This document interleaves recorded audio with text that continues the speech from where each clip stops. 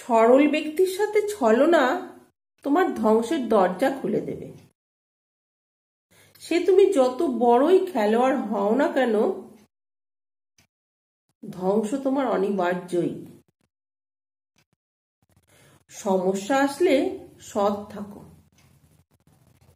ধন আসলে সরল থাকো, অধিকার পেলে বিনম্র থাকো, ক্রোধ আসলে শান্ত থাকো। এটাকেই বলা হয় জীবনের প্রবন্ধ। ভালো কর্ম তুমি যতই করো না কেন, লোকে তোমার খারাপটাই মনে রাখবে। এর জন্য মানুষ কি বলছে, কি ভাবছে সেদিকে লক্ষ্য না দিয়ে তুমি তোমার লক্ষ্য স্থির রাখো, কাজে মন দাও।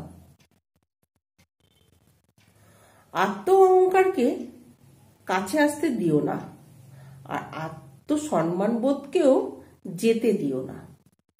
কারণ আত্ম অহংকার তোমাকে উপরে উঠতে দেবে না, আর আত্মসম্মানবোধ তোমাকে নিচে নামতে দেবে না।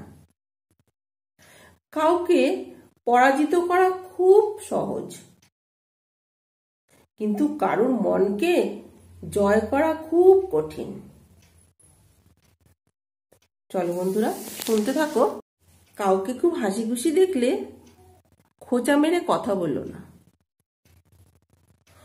এমনও তো হতে পারে সেই হাসিটুকু পাওয়ার জন্য অনেক দিন ধরে অপেক্ষা করছিল। যদি পারো তার এই হাসির সাথে তুমিও যোগ দাও, দেখবে তারও ভালো লাগবে, তোমারও ভালো লাগবে। হাসতে শেখো, কাঁদতে তো সারা দুনিয়া তোমাকে শেখাবে। যত পারো প্রশংসা করো, অপমান ভেবে চিন্তা করে করো। ধাক্কা দিয়ে নিচে ফেলে দেবার মতন মানুষের অভাব নেই, কিন্তু টেনে তোলার মতন মানুষের বড়ই অভাব। ভিক্ষা দিতে না পারো, খারাপ ব্যবহার করো না। সাহায্য করতে না পারো, নিরাশ করো না। উপকার করতে না পারো, ক্ষতি করো না। ভালোবাসতে না পারো, ঘৃণা করো না। মন বোঝার মতন কেউ নেই, ভুল বোঝার মানুষের অভাব নেই।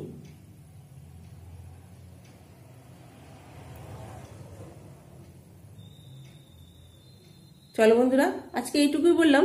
যদি ভালো লাগে তো অবশ্যই লাইক কমেন্ট করো। নমস্কার।